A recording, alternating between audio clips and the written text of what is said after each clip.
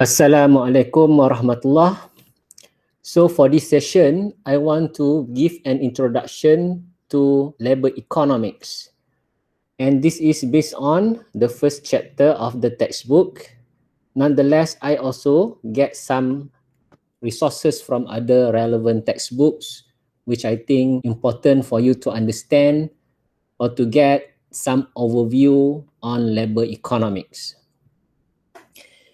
When we say labor economics, this is a sub-branches of the economic field, focusing mainly on understanding how to allocate labor resources in terms of their skills, their knowledge, their times in productive activities. So the scope of labor economy is represented in this chart, and this is very common in all textbook on labor economics. So we can look at the first part here, where we can divide labor economics into two major categories or aspects. The first one is the microeconomic aspect of labor economics, and then the second one is the macroeconomic aspect of labor economics. So when we go to the microeconomic aspect of labor economics, mainly many textbooks would have the following discussions. The first one is to understand the supply of labor.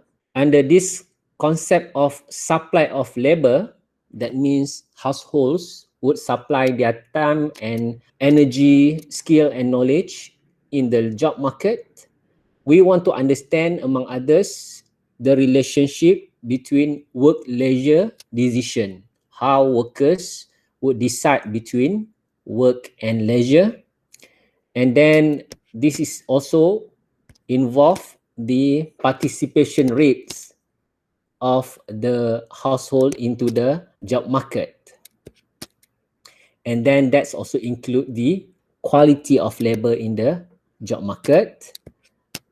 And then all those elements as discussed here are part of the demand for labor, where firms would consider all these important elements in getting the necessary quantity and quality of labor to work in the particular firm. So therefore, here we can see the relationship between the supply of labor from the household and then the demand of labor by the firms.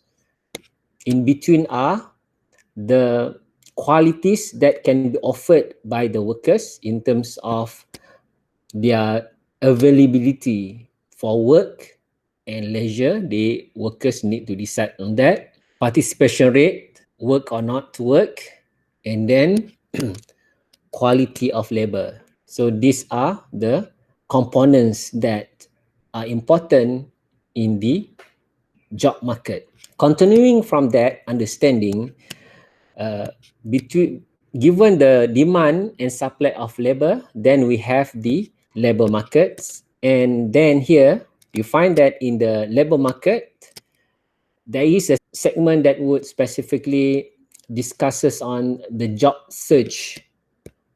Usually this is under the chapter on unemployment. Job search would involve activities by households to find work, and then the matching process. And still under the labor market, among other components that is important is to understand the efficiency pay schemes in the labor market. Usually we talk about efficiency wage, and then the wage structure. After that, there is also a discussion mainly on the mobility and migration. All these are among other topics under the labor market. On this side, we will find that the labor market has few, I would say, institutions that would influence how workers and firms interact. The first one is to understand the behavior of unions and collective bargaining offered by the union. to represent the workers when they meet firms for any discussion related to welfare of workers. And then government also would influence the job market or the labor market by policies, laws, and any rules and regulations set by the government. And then also discuss, even though this is not part of the institutional aspect, is the issue of discrimination in the labor market. So those are mainly the microeconomic aspect of the labor market. And now moving to the macroeconomic aspect of the labor market, we will find discussions such as the distribution of personal earnings or the distribution of income inequality, for example, is part of one chapter discussed in labor economics. And then there is also a discussion about workers' productivity, and then employment and unemployment chapter. So basically, this is the overview of the main discussions in the labor economics.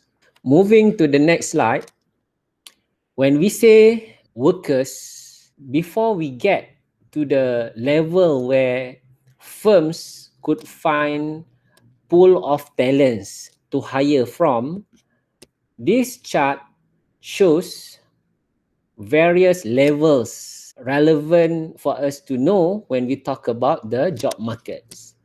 The first one is to know that when we say population, right, these population numbers are made up of the number of births in the economy, and then also important that would affect the population level is death level in the economy, and then net immigration.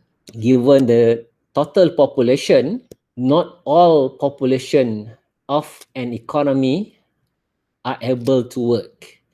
So we are more interested to know those who can participate in the labor market. So therefore, number 2 here we talk about labor force participation rate.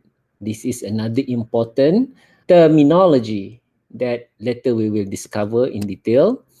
And then when we say who will participate, that's also relevant in terms of the hours of work, where those who would participate in the labor market, how many hours they are willing to offer to work. And then all this would make up the quantity of workers or labor in the economy. Quantity, we talk about quantity here. Not just quantity, as an economy progresses further, it is also important for us to improve the quality of labor. We can see in the case of Malaysia, for example, we used to have low skilled workers. In terms of quantity, we have the number. But as we want to improve further the status of the economy, we want to become a high income economy, developed economy, quality therefore is important. Given the quantity and quality, then we will have the total available labor services. So this is the chart showing various levels from population up until the available number of workers ready for firms to hire in the economy.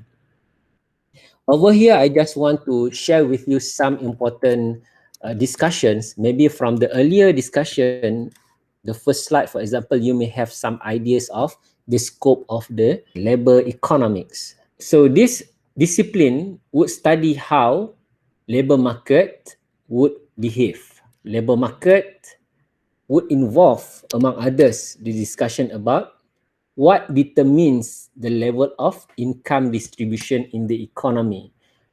Because by working, this is mainly the way how majority of people in the population earn their living. The impact of unions, this is also important because union used to be so influential in setting the modern environment of the job market or the workplace. Allocation of workers' time to the labor market. You may think that it is common for us to work for 8 hours. This is a very old style, mainly under the manufacturing types of economy, where you punch in, you punch out 8 hours. Today, given the ICT boom and so on, we talk about work from home. Therefore, allocation of workers' time to the labor market is a hot topic for us to understand. You know, what matters most? Is it hours work or outputs from the assigned work? Sometimes if you assign somebody 8 hours, the person can sit at the desk or table for 8 hours without producing anything. There is also hiring or firing decision of firms. We will learn later about how firms would decide the optimum amount of workers to hire. Labor market discrimination is also another hot topic, such as gender issues, especially for female workers, ethnicity issues, discrimination towards the handicapped or disabled workers, and so on. There are many topics that you can think about under this scope. And then the determinants of unemployment. What are the factors that would contribute to unemployment level? This is also another aspect of studies under the labor economics. Investment in human capital. This is my sub-specialization. We will have a topic on that later. Continuing further, apart from, if you still remember, last time I shared with you the outline for this course. Apart from that outlines, these are some other common discussion that we inshallah will discuss in this course. So why I'm showing you this is for you to think about the possible topics that you want to choose for your assignment.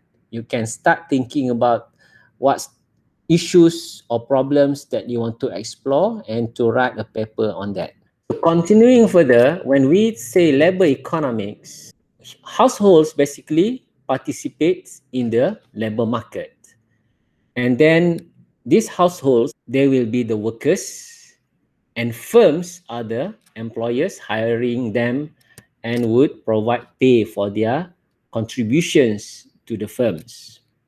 And the third party that is also important is the government, where government would set certain rules and regulations to govern and to supervise the exchange of labor resources in the economy. Therefore, in this discipline, you will find there are many theories explaining how the interactions between all these parties.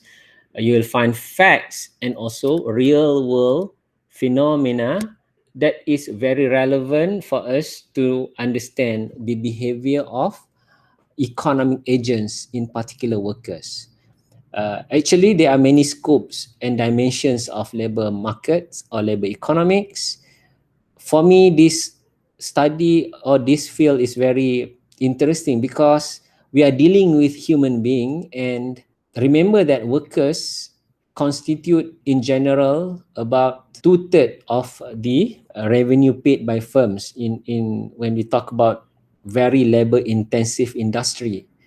And workers, they are human being with emotions, with feelings, and to treat workers just like the other factors of production maybe or in many ways will result in unfair treatment of workers. Therefore, when we talk about issues in labor economy, bear in mind that there are many aspects that we can look into. For example, when you talk about discrimination, in general, we think about female discrimination. But just to show you, if we detail further, there is also a very specialized or detailed studies done about the issue of working mother, the issue of pregnancy while working. So these are the dynamics of interaction that involve human being, and therefore please read further to understand various issues here and pick relevant topics for your assignment. I think I stop here for this session, and inshallah we will continue with other discussion after this. Thank you.